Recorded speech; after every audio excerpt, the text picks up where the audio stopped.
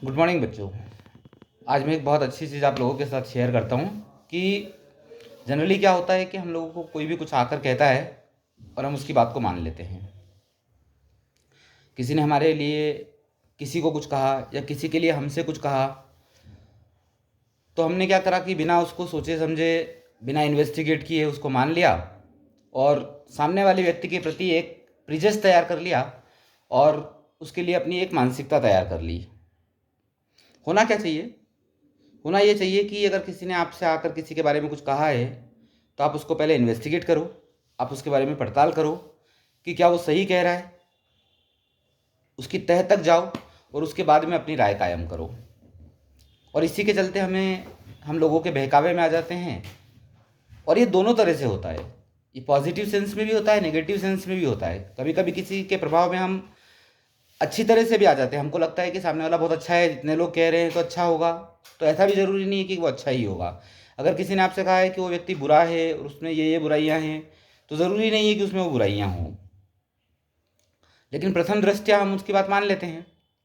और ये इसका जो मूल कारण है, वो कारण है हमारा सबकॉन्शियस माइंड, अवचेतन मस्तिष्क, जो पहली बार में मान लेता है और चेतन मस्तिष्क को इतना डोमिनेट करके रखता है, इतना दबा के रखता है कि हम अपने मस्तिष्क की सही बात को सुन भी नहीं पाते हैं।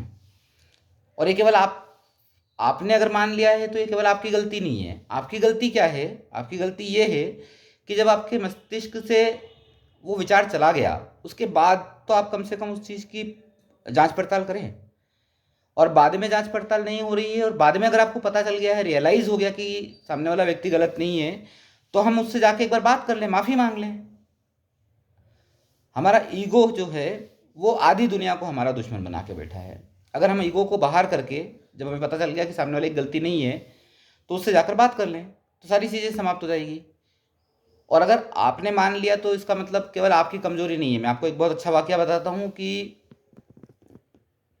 महाभारत के समय जब युधिष्ठिर ने गुरु द्रोणाचार्य को जाकर कहा कि अश्वत्थामा मारा गया, तो गुरु द्रोण जैसा विद्वान व्यक्ति, ज्ञानवान व्यक्ति, संयम वाला व्यक्ति अगर उसकी बात को मान गया और हथियार रख के बैठ गया,